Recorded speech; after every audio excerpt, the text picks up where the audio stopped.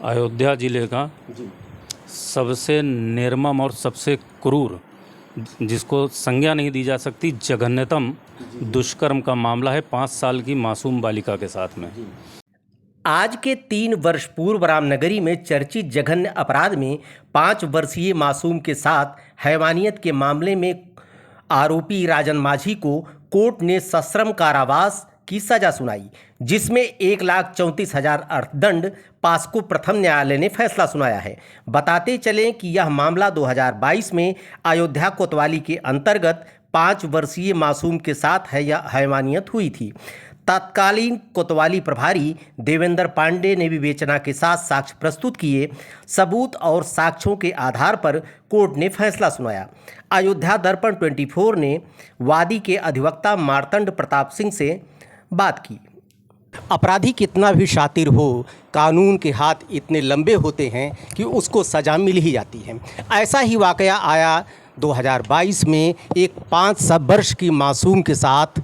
इस तरह से उसके साथ बर्बरता की गई, रामनगरी पूरी तरह से कलंकित हुई और पूरा जिला दहल गया। आज उसमें सज़ा हुई। आखिर क्या सज़ा हुई, क्या दलील पेश की गई, अंत में सज़ा में इतना वक्त क्यों लगा, कितने लोग आरोपी थे, ये सब कुछ जानने की कोशिश करेंगे। हमारे साथ हैं वरिष्ठ अधिवक्ता मार्तंड प्रताप सिंह जी, जिनकी पैरवी की ताकत पर आज सज़ा मिली है। सर, क्या कहेंगे?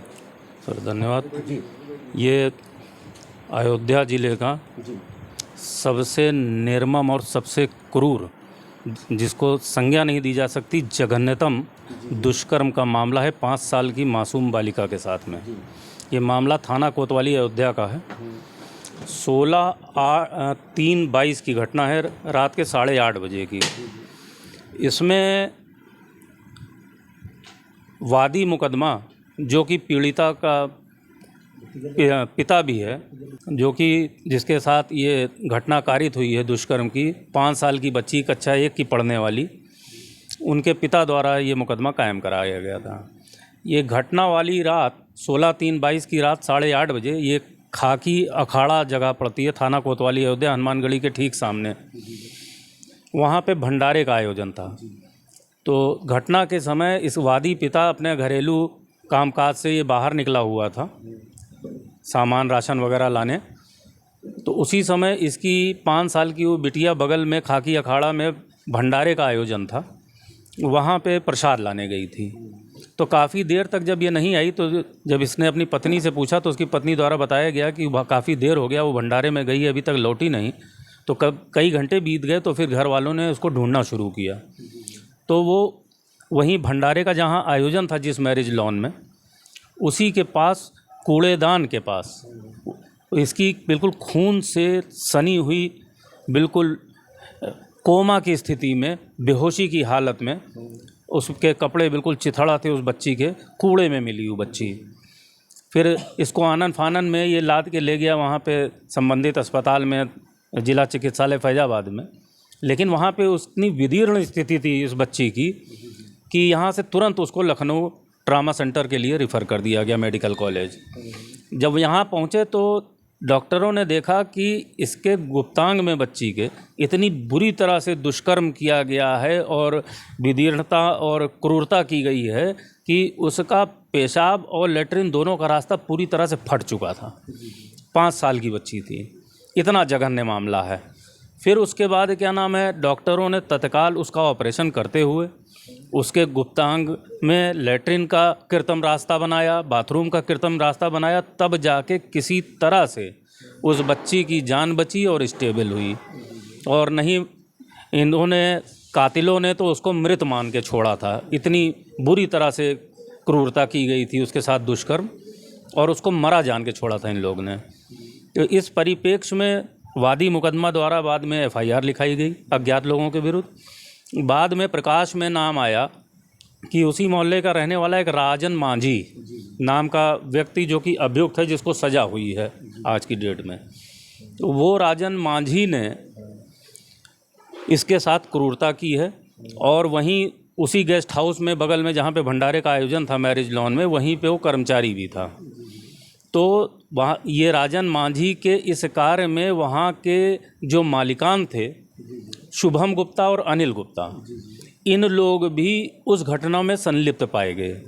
जब बच्ची की हालत कुछ स्थिर हुई तो इन तीनों का बाकायदा उसने शिनाख्त की और नाम बताया कि इन्हीं तीनों ने बाद में हमारे साथ क्रूरता की। लेकिन पुलिस ने पता नहीं किस प्रभाव में कैसे क्या सिर्फ चार्जशीट राजन मांझी के खिलाफ लगाई और बाकी दोनों जो गेस्ट हाउस के वहाँ के मैरिज लॉन के मालिक थे अनिल और शुभम, इनके लिए विवेचना प्रचलित रखी गई, जो अभी भी प्रचलित है। उसके मतलब अभी भविष्य के गर्त में है उसका भविष्य।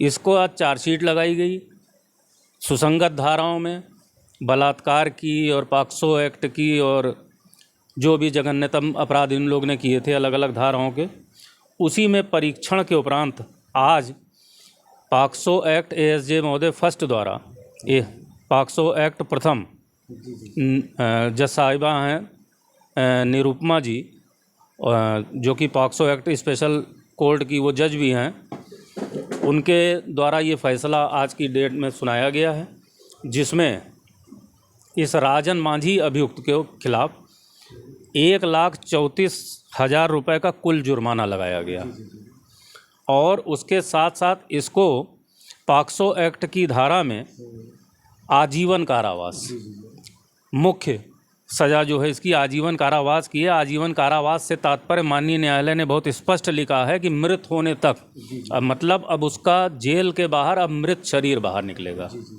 उसको दोष सिद्ध करते हुए आजीवन कारावास की सज़ा दी और अन्य सुसंगत धाराएं जो लगी थीं, 2 धाराओं में 10-10 साल की सज़ा दी, 2 धाराओं में 7 साल की सज़ा दी और उसके ऊपर पूर्णतः दोष सिद्ध साबित किया। आज की डेट में इस बच्ची के असल जो दुष्कर्मी था और उस पीड़ित वादी को आज की डेट में न्याय मिला संबंधित माननीय पॉक्सो फर्स्ट कोर्ट द्वारा अयोध्या।